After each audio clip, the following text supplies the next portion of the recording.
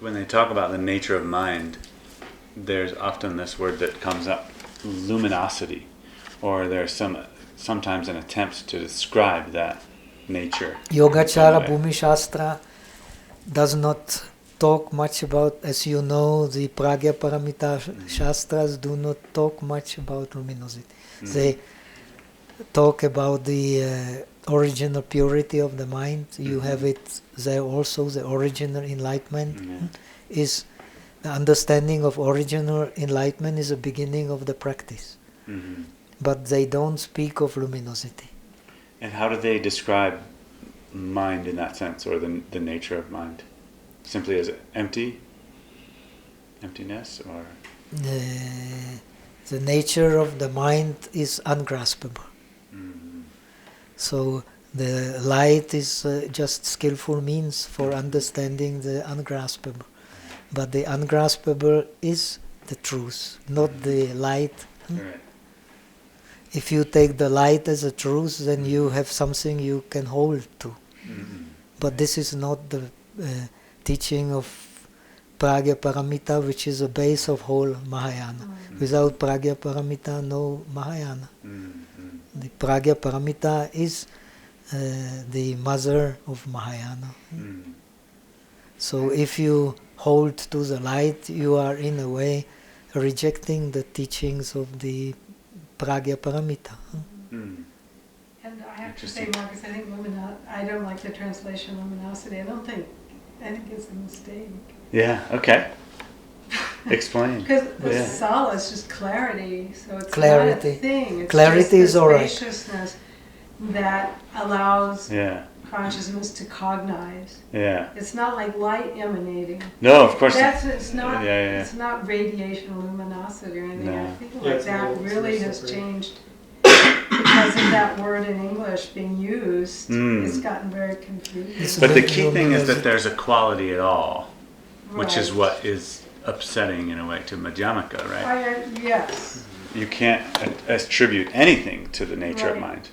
As soon as any... Sure, yeah. So the question, that's true. I But guess... there is a sense that you could cognize something, which is the clarity.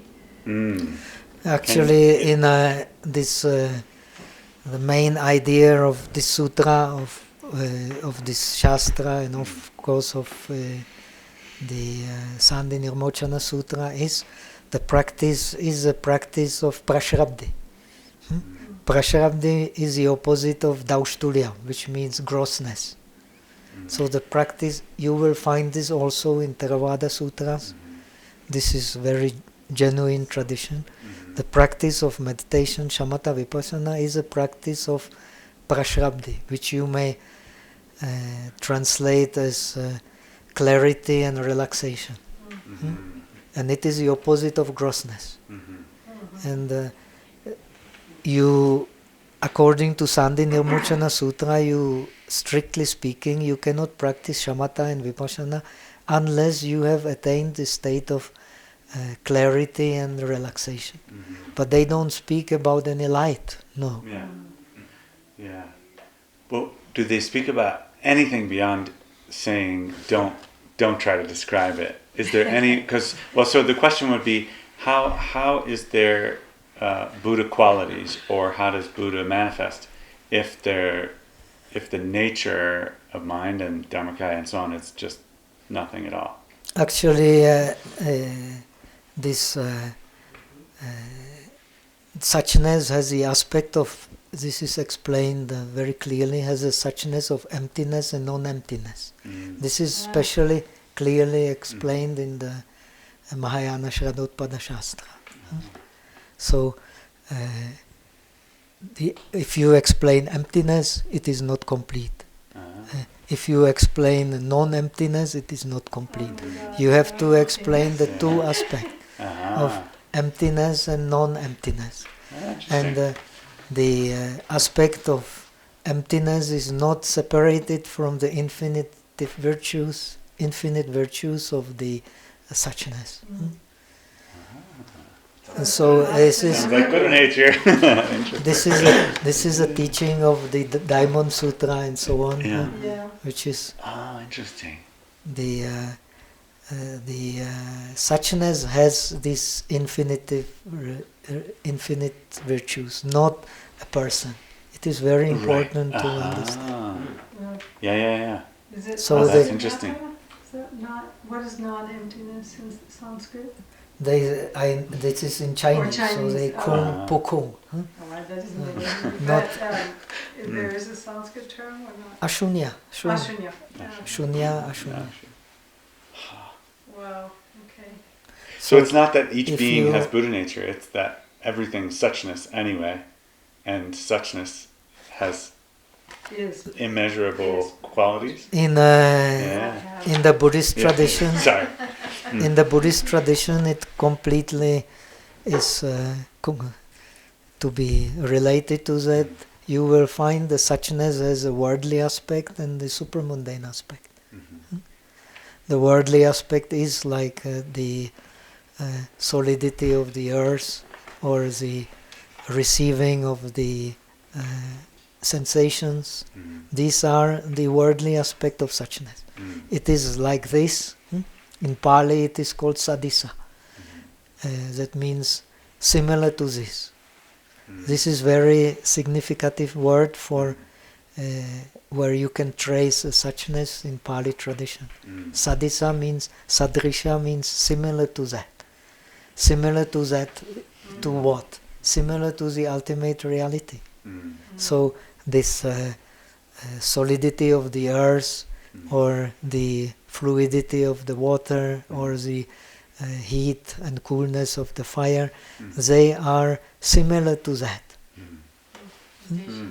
And this is where this Mahayana philosophy finds traces in the Agamas. That means you have the suchness in the relative sense, and you have the suchness in the ultimate sense. And these two suchnesses, they actually present the whole of the reality.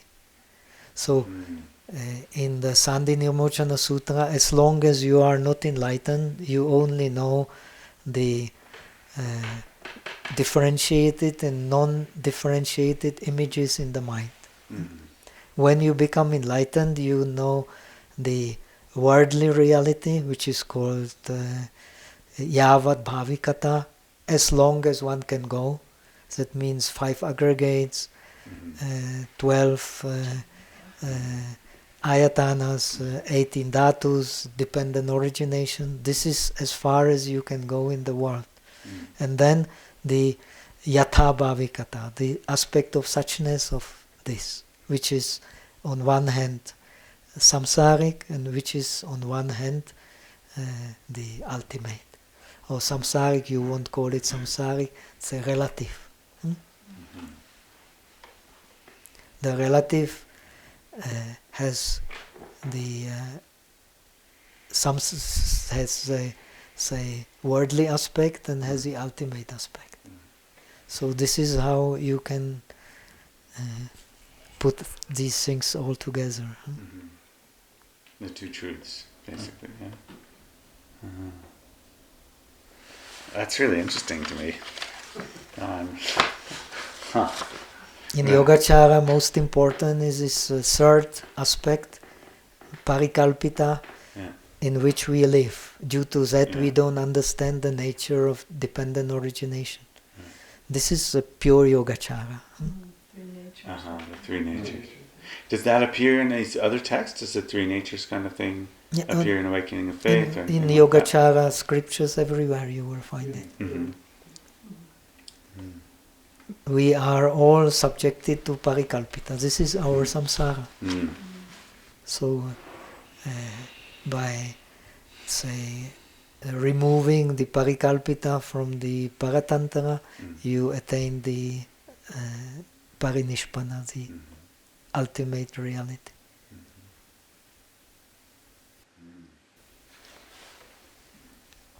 And this is base also for meditation, because the most important is shamatha, finally. Shamatha is defined in Sandhi Nirmochana Sutra as finally the state without object, the mind.